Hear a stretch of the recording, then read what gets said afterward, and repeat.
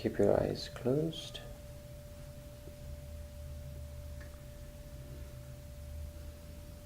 Continue breathing in and out through your nostril.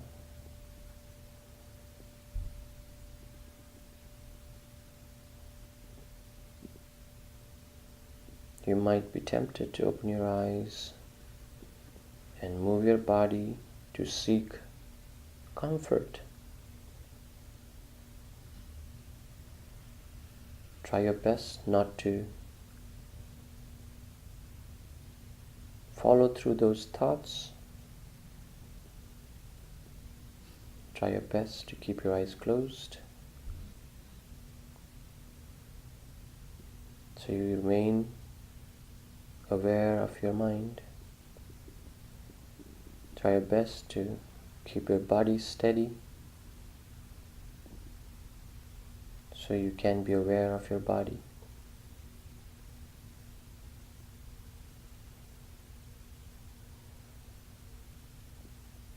At the beginning, if it is hard to notice your breath,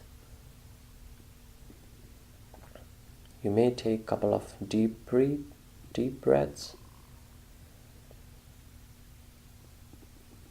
When you take a deep breath,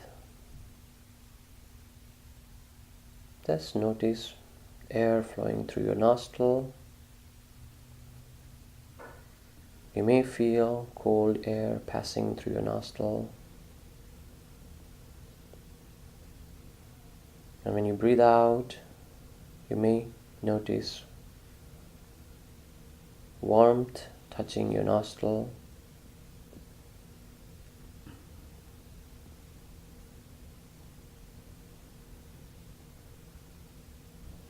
Take one more deep breath and release gently.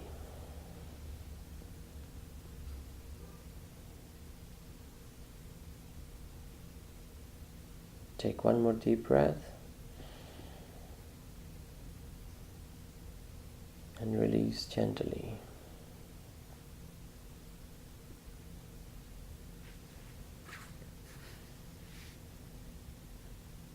This time when you breathe in, try to label in your mind as breathing in. Precisely when you breathe in. Breathing in. And when you breathe out, label it as breathing out.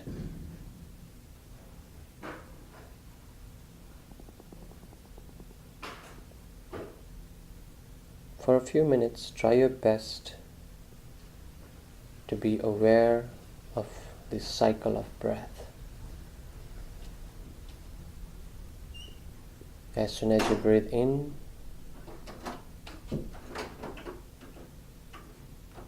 label it as breathing in.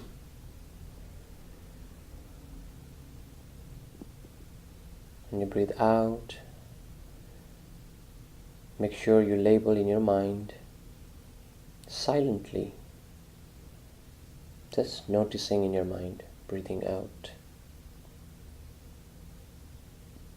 Breathing in, breathing out.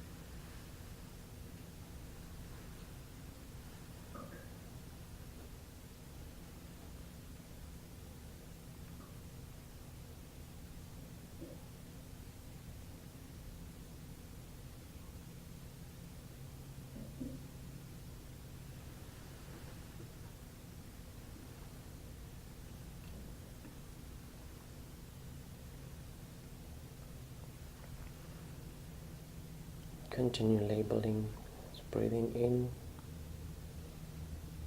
breathing out.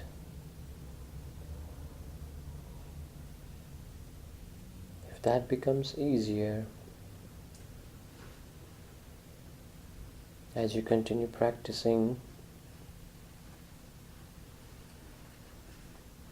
now try your best to notice the beginning of breathing in between breathing in, end of breathing in. Beginning of breathing out, in between breathing out, end of breathing out. Not before, not after, precisely when this breathing happens. If you missed a breath, it's okay.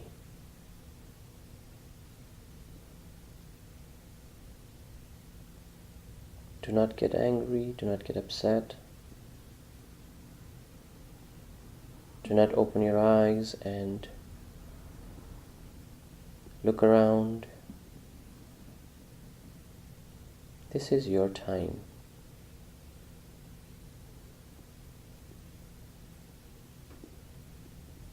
This is your practice.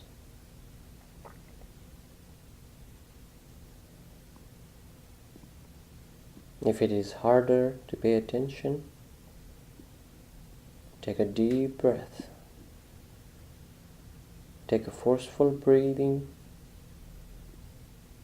and observe beginning of breathing, in between breathing in, end of breathing in. Beginning of breathing out, in between breathing out, end of breathing out. Meditation becomes powerful and stronger as slow as you try.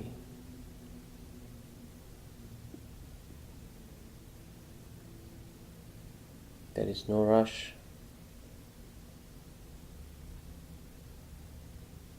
If you missed multiple breaths, it's okay. That happens to everyone. Do not regret about the one you missed. Pay attention to the one that is available in this moment. Beginning of breathing in between breathing in, end of breathing in. You may notice a very brief gap between breathe in and breathe out.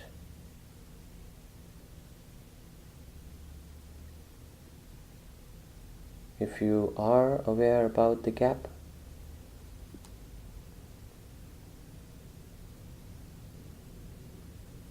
label it as a gap in your mind, which is neither breathing in nor breathing out.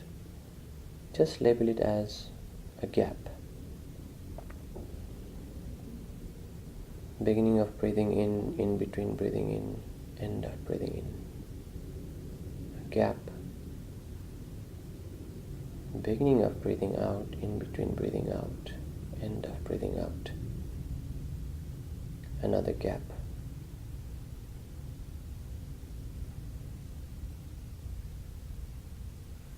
Try your best to be mindful of one cycle of breath.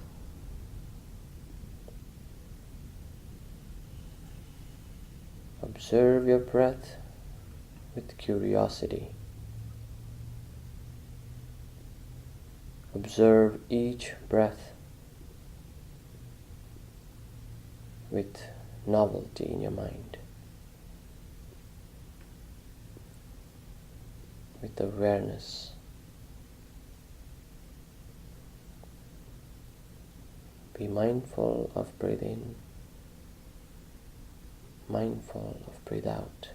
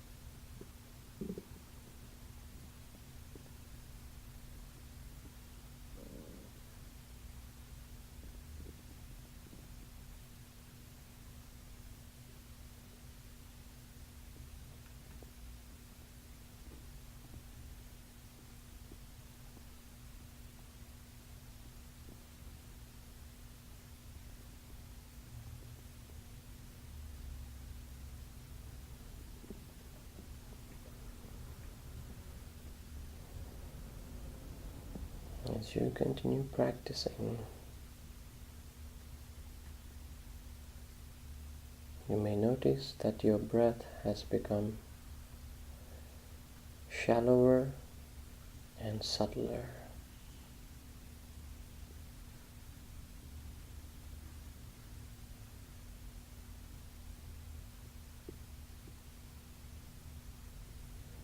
At this point, if your mind starts wandering, running to the past or running to the future, again, do not worry. Do not move without awareness.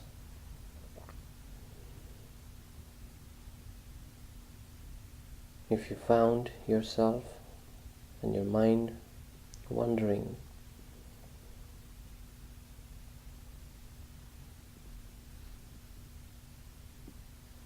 take your attention from your breath to your mind.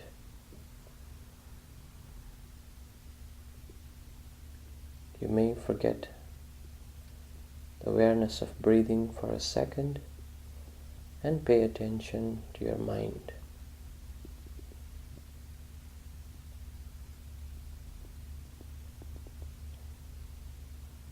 As soon as you notice that your mind started wandering,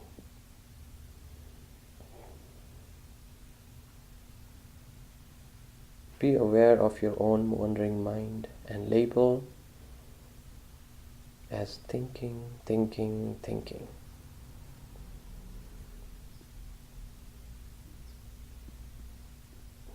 Instead of analyzing and looking into the detail of the thought, just label as thinking, thinking, thinking. This is called being mindful of your own mind.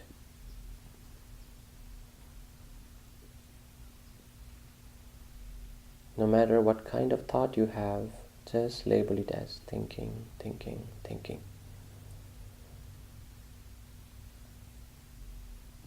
As soon as you be mindful of your own mind, your wandering mind, you may notice the thought loses its power. It starts fading away.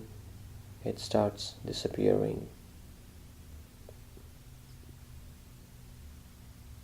And you may find your mind is again calm and free from wandering thoughts.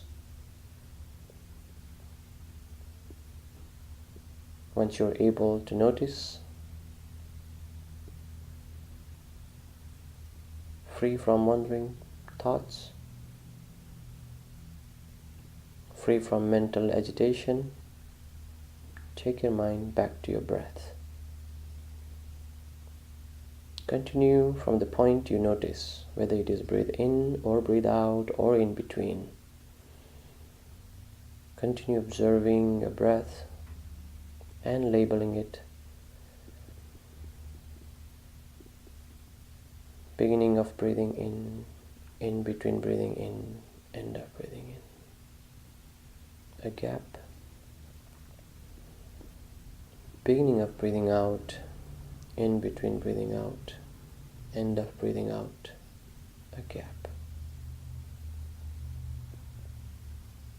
If you notice another wandering mind, another wandering thought, forget about your breathing for a second and observe your mind.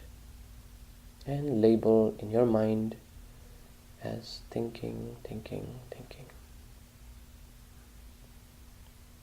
As soon as your mind is free, bring it back to your breath and continue observing your breath with full awareness and full attention.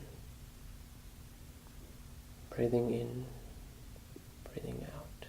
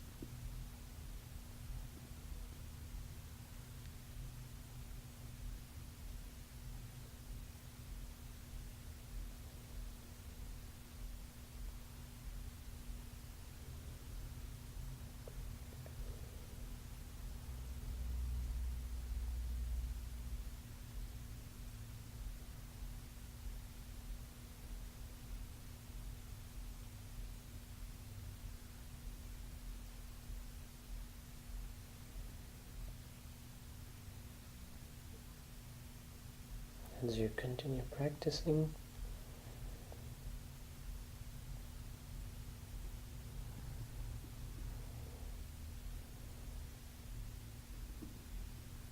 observing your breath, being aware of breathing in and breathing out, being aware of your wandering mind. Since you've been sitting for a while, you may notice subtle or gross pain in your body, light or excruciating pain in your different parts of your body. Again, instead of moving and finding comfort, this time try to use those sensations for your practice. Anytime you notice any type of physical pain that is strong enough to distract your mind, abandon awareness of breathing for a second. Take your attention to the spot where you feel pain. Instead of moving and changing your posture, pay a close attention and make a mental note again. Painful sensation arises. Painful sensation arises. Just observe with awareness.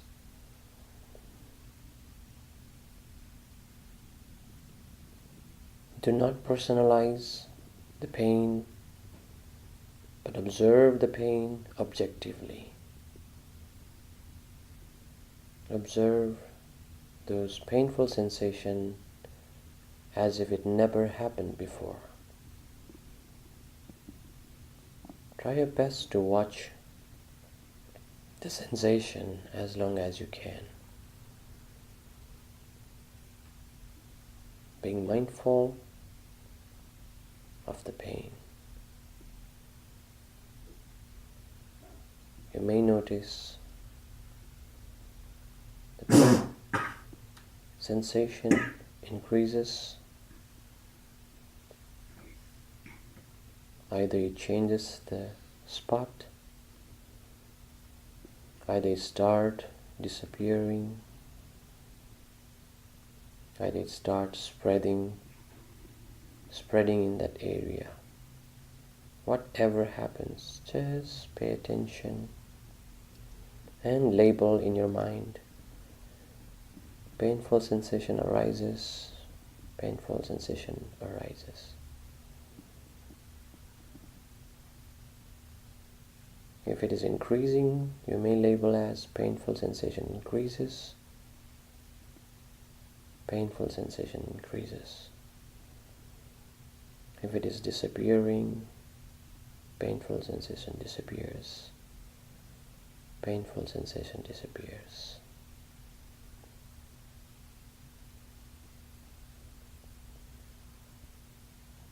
Pay a close attention to these sensations. As soon as you realize the sensation has disappeared and completely changed, take your mind back to your breath. Continue observing, breathing in, breathing out. Long breath comes in, long breath goes out. Short breath comes in, short breath comes out. Try your best to spend every moment with awareness of mind and body. Try your best to remain mindful throughout this practice.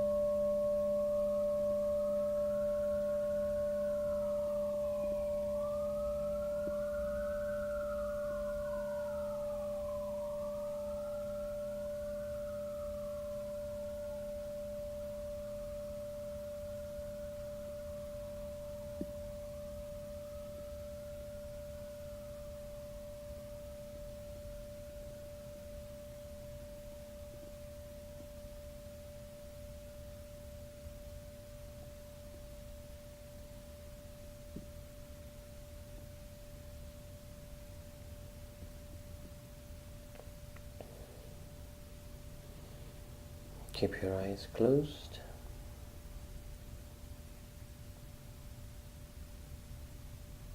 Let's practice a few minutes of loving kindness, which is a way to heal lots of pain and mental wounds. Repeat these words in your mind very gently, silently. As you repeat these words, try your best to feel those words, the meaning, the expression in yourself. And try your best to generate lots of kindness, compassion, and care for yourself and for others. Please repeat these words in your mind silently, but carefully and mindfully.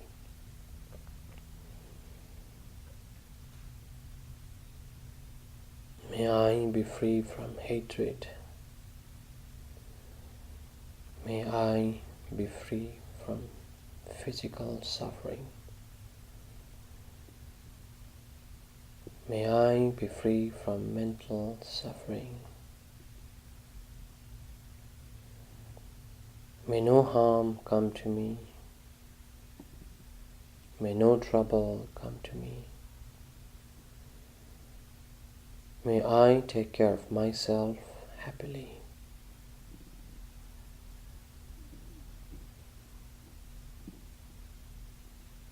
May I be well, happy, and peaceful. May I live in peace and harmony. May I be well, happy, and peaceful. May I be well, happy, and peaceful. Like myself, my parents, my teachers, my children, my partner, my close relatives and best friends, my co-workers and colleagues,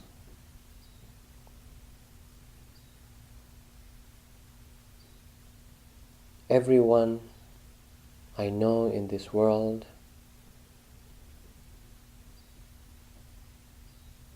all human beings in this entire world,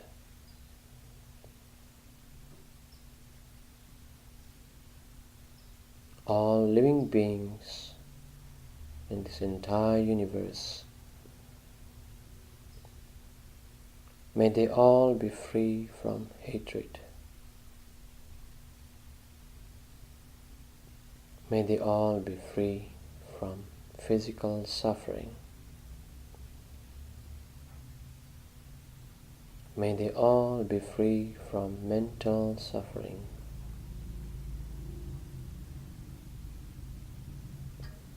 May no harm come to them. May no trouble come to them. May they all take care of themselves happily.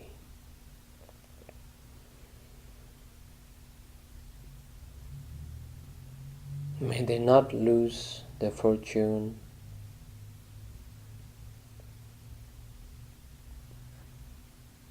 May they all live in peace and harmony. May they all be well, happy, and peaceful. May they all be well, happy, and peaceful. May they all be well, happy, and peaceful.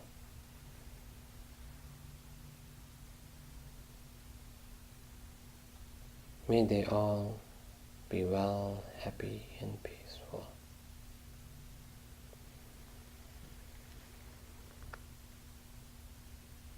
I seek forgiveness from all whom I offended, verbally, physically or mentally, intentionally or unintentionally. May they forgive my mistake. May they forgive my mistake. May they forgive my mistake.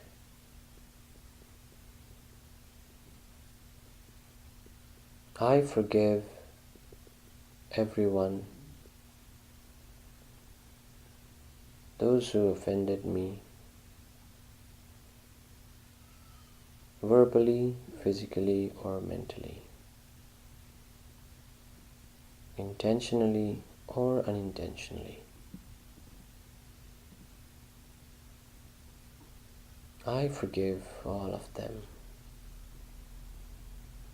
I forgive all of them. I forgive all of them. May we all continue living in peace and harmony. May we all continue living in peace and harmony. May we all continue living in peace and harmony.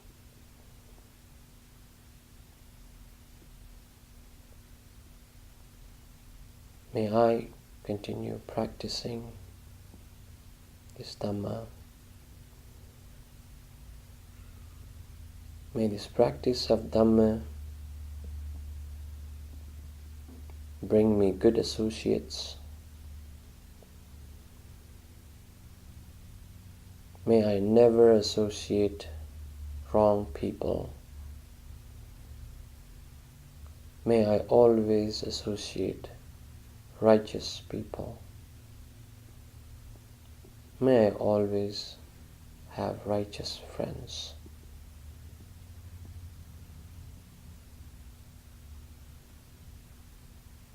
May I be able to attain the ultimate bliss of Nibbana. May I be able to attain the ultimate bliss of Nibbana. May I be able to attain the ultimate bliss of Nibbana.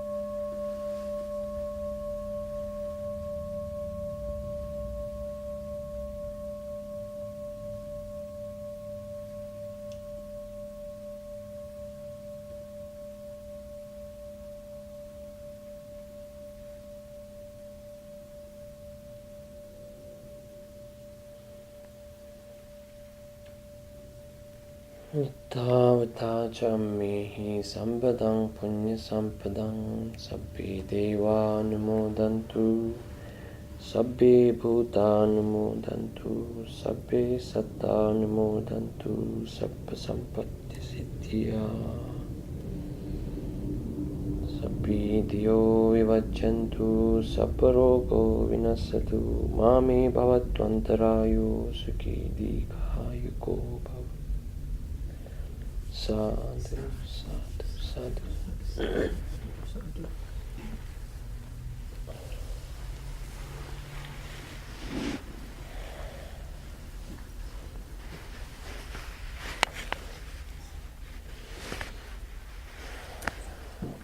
Okay,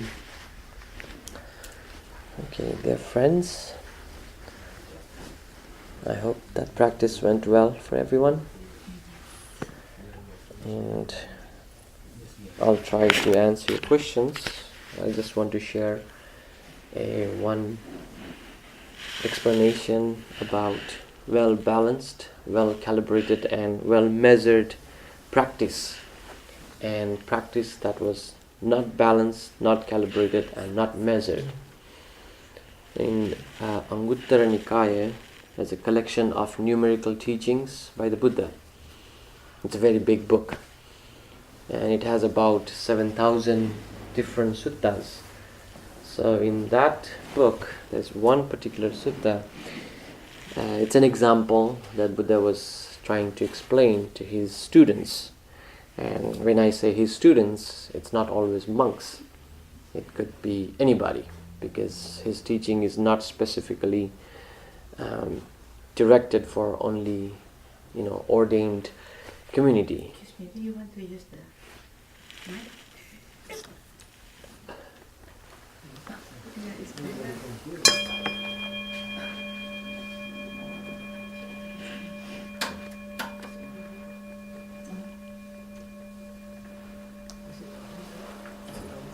This one is on.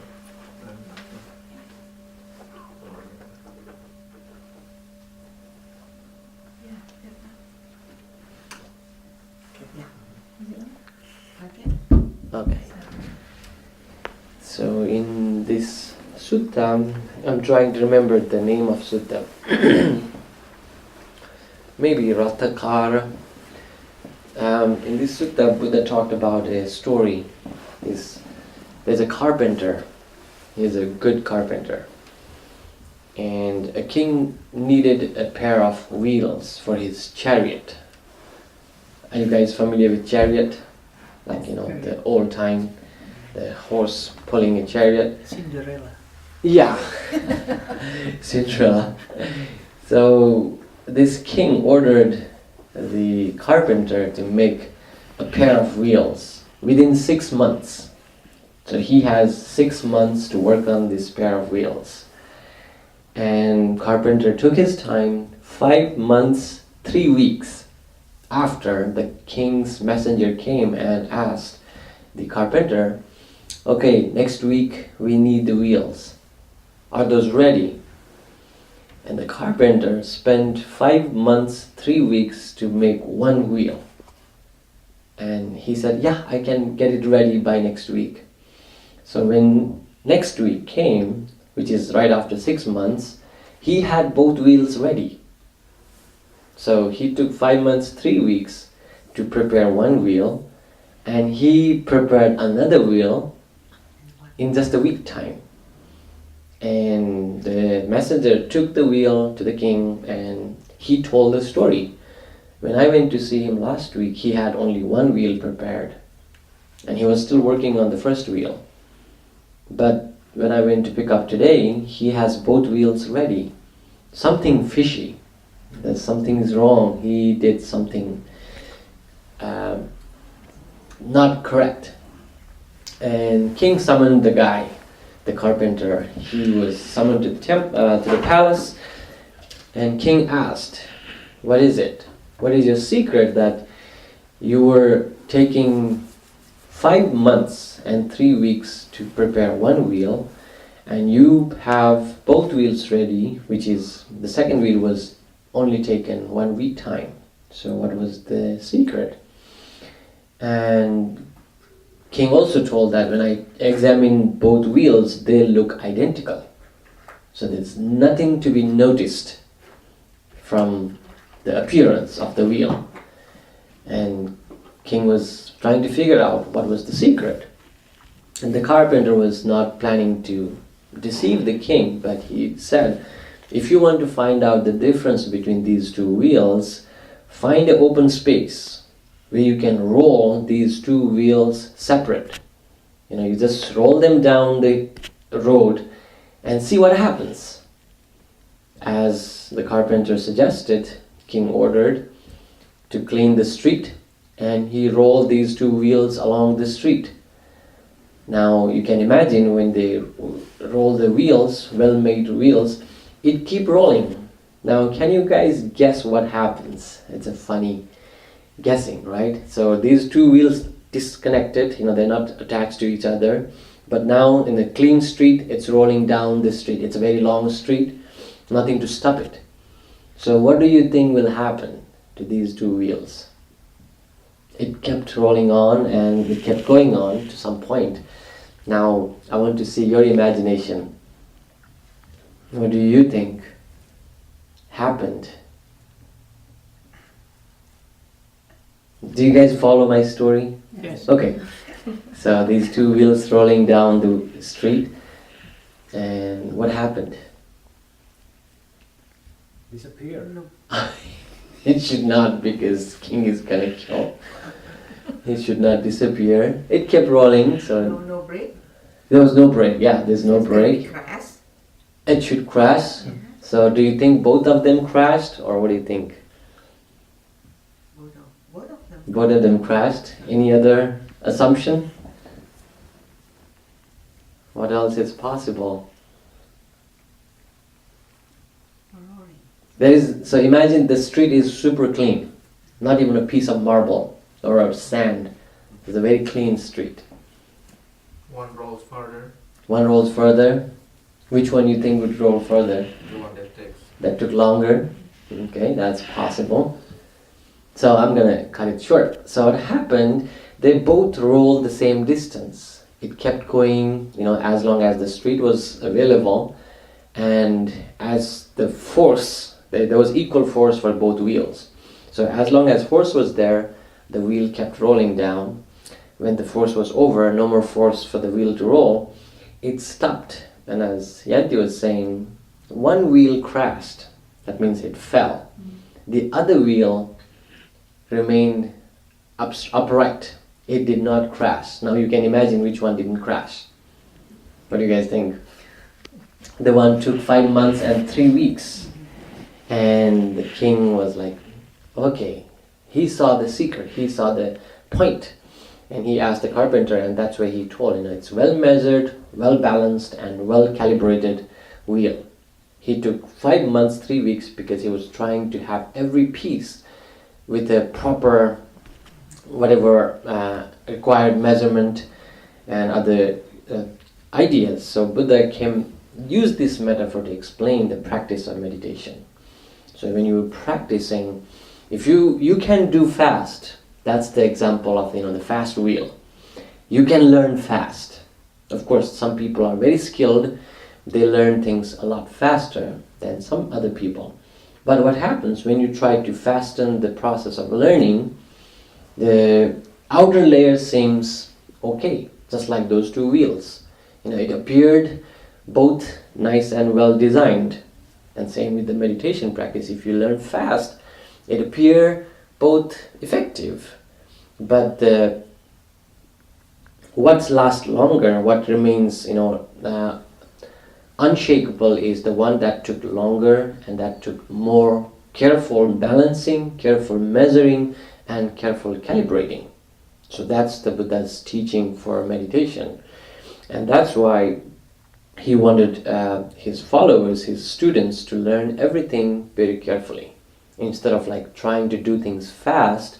That's the trend of this country and I think entire world, quick fix. We want everything to be done overnight. So you practice today. I don't know if anybody is disappointed because you didn't get enlightenment today. Is anybody no, sorry, this is not going to work. I did not see anything miraculous happened. But it's not going to happen. And the reason is there. Because we are, even I'm 33 and I'm sure you guys are in your 30s and 40s and 50s. So depending on your age, even you seem younger in terms of this world age, we are all souls. We are all living beings. And I'm telling that with confidence because we have been through this cycle of samsara for so many lives. And there's another example that I gave. Some monk asked, how long is samsara? How long is this life cycle? And Buddha said, I cannot give you a number, but I can give you an explanation, analogy, so you can understand. If there is a big, let's use Mount Everest, because that's the biggest thing we can think of, right? And have you guys seen mountains, like Himalayan mountains, for real? No. No? You should go and see. Jacqueline saw once, and she realized how small we are. Yeah. Because when you see those mountains, they are immense. You cannot imagine. You look like this. And it's like you're far away. So we took a flight, that's called ultra flight, when we went to Nepal, and we saw those mountains. It's not even close yet. It's like maybe few kilometers away. It's still very big. So imagine there's a big mountain like Mount Everest. That's the biggest thing on this earth.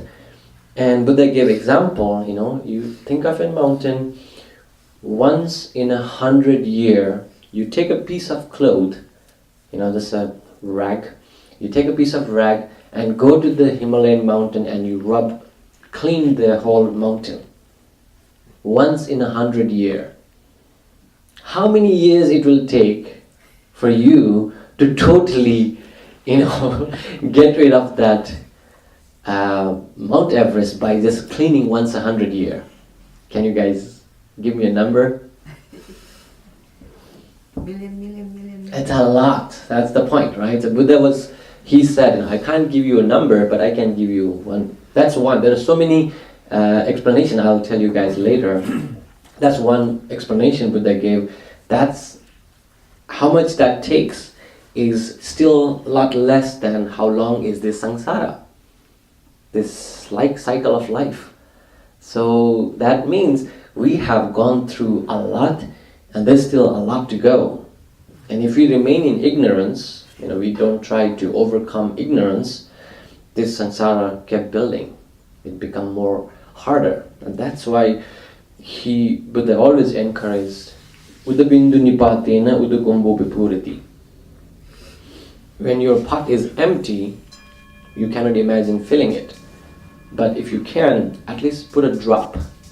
Try to fill your pot with a drop of water.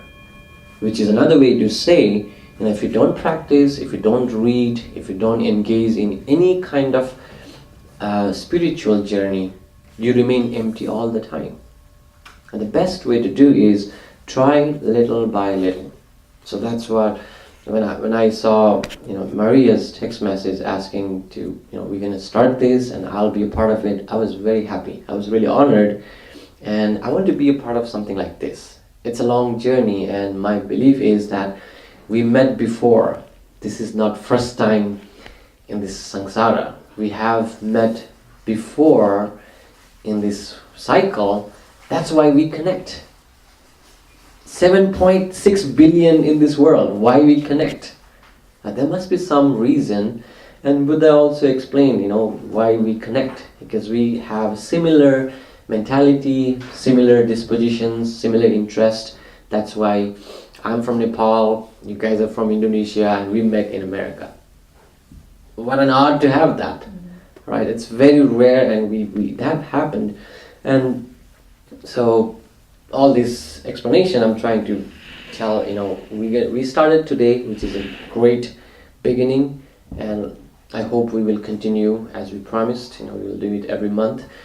And if there is any obstacle, anything, especially in terms of practice, I have few suggestions. Like one thing, even we meet once a week, I want everybody, including myself, but I'm going to talk to Jacqueline and we're going to commit. Let's do this once a month. Yeah, we're going to do this once a month, but I want you guys to do this at your home. So we might meet here once a month, but I want you to maybe for at least now, I'm not going to ask to do it like every day. That's too much, because if I ask too much, you will not do at all. So it's rather practical to suggest. It's just a suggestion. If you want to remain consistent in practice and see the result little better, I think there should be at least once or twice a week practice. That's still not the best yet, But to begin with, for the beginning, please try to find the same timeline. And that's good.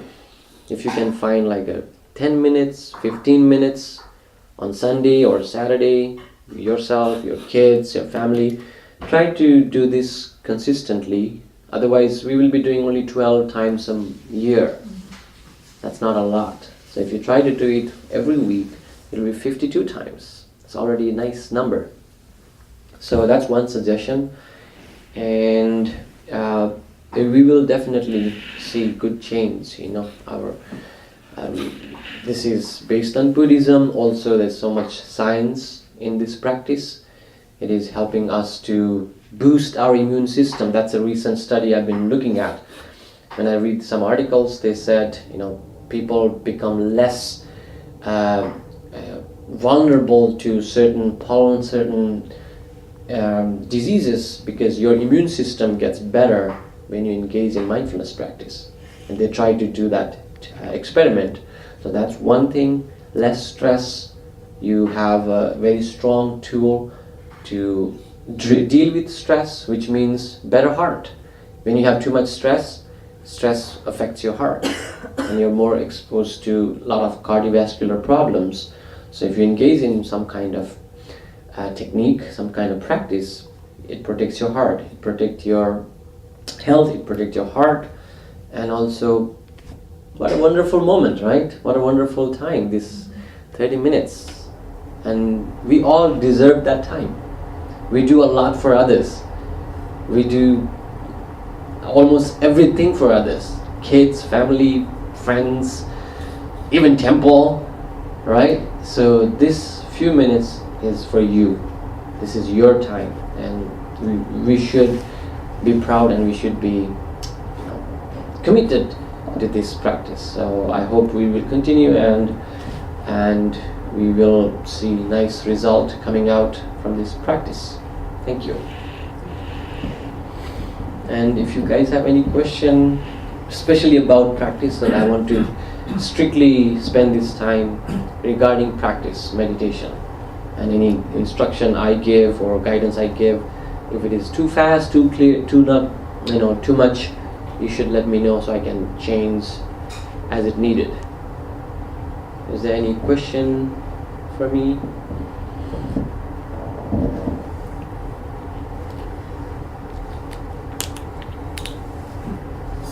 I think you already answered it, because last time when you say keep focusing on labeling on the breathing, and then my little feet already getting hurt, so I just focusing on my butt is hurt, and after it's not hurt anymore, I come back. But later on you talk about it too, so it's already answered. Okay. Was it helping? Was it helping? Yeah, so I just focus on the pain, and then it's disappear faster than if you don't pay attention to it. I see. So it like you feel the pain disappears faster than faster when I pay focus attention. on it. But I'm still have problem with the ear keep high.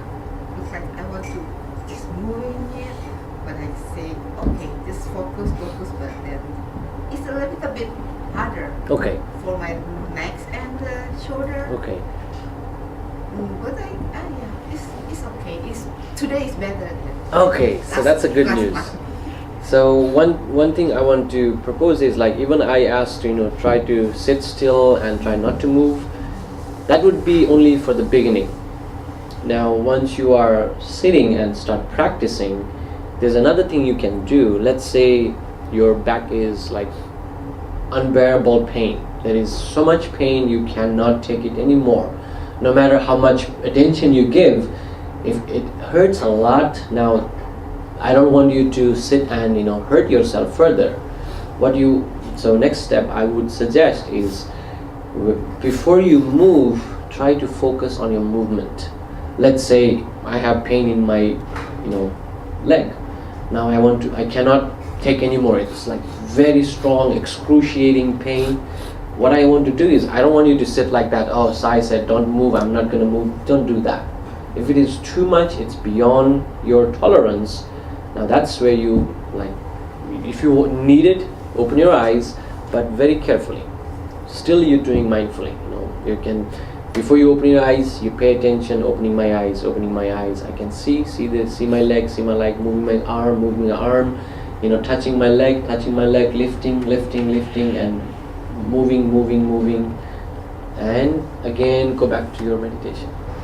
So it's still, you're not losing your track. So the reason I asked to keep your eyes closed and don't move has to do with, you don't want to lose that chain of practice. But if you do in that way, very mindfully, touching, lifting, moving, landing, again resting and closing my eyes, you did not lose the chain of practice. So you can do that too. Next time, if it is too bad, you don't need to sit the same way. Even you need to lean against the wall, do so. But do it that, very mindful. There's a lot you can pay attention. At least pay attention to a few spots of movement.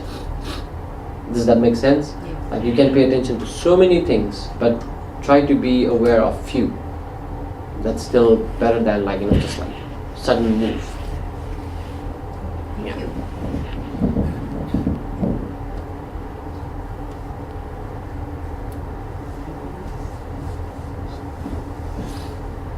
Any other questions you have? Yeah, last month you suggest us to read In This Very Life. I have been on the PDF. Okay. It's a 400 pages. It is a long book. Yes. Did you read the entire book? No, not Okay. yet. I just started reading like a couple of weeks ago. Is there any advice? Should I read from the beginning, or any advice in the if I can read like what is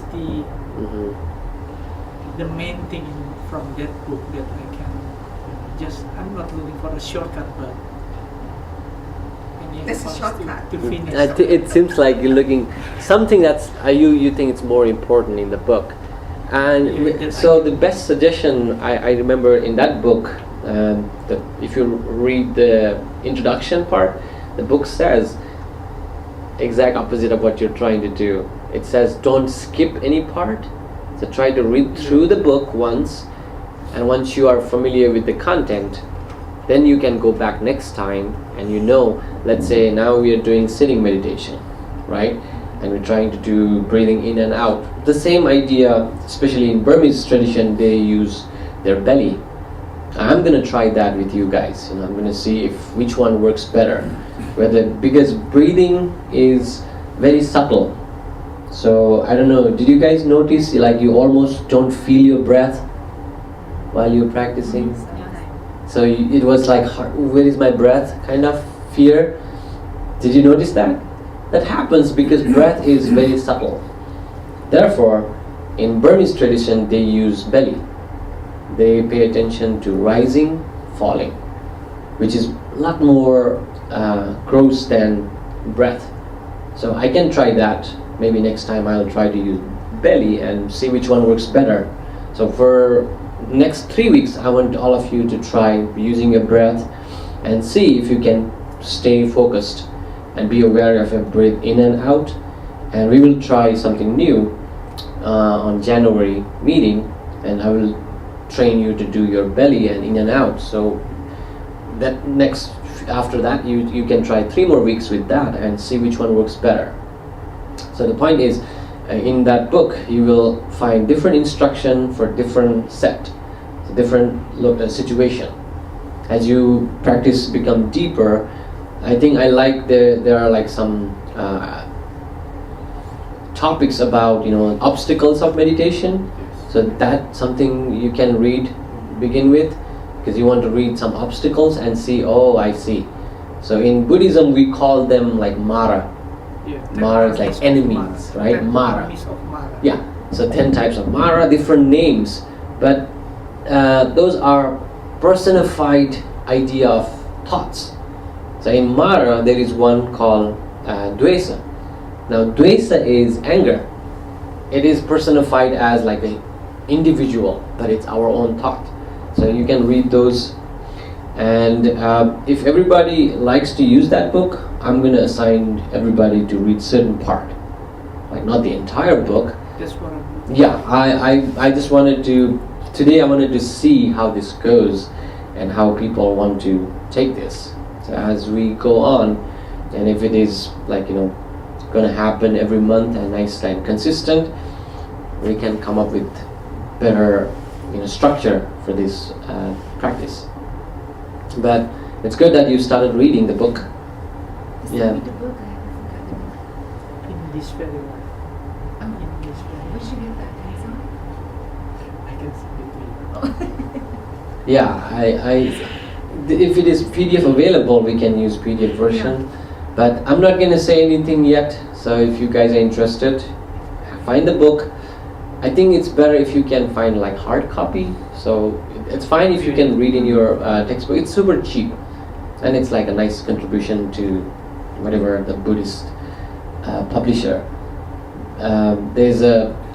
It's very small price, and sometimes you can find in archives. So Yeah, I think it's $20. 20. really, is it 20? I thought it should be a lot 18, cheaper. Maybe 18. Yeah, let's see if you like it.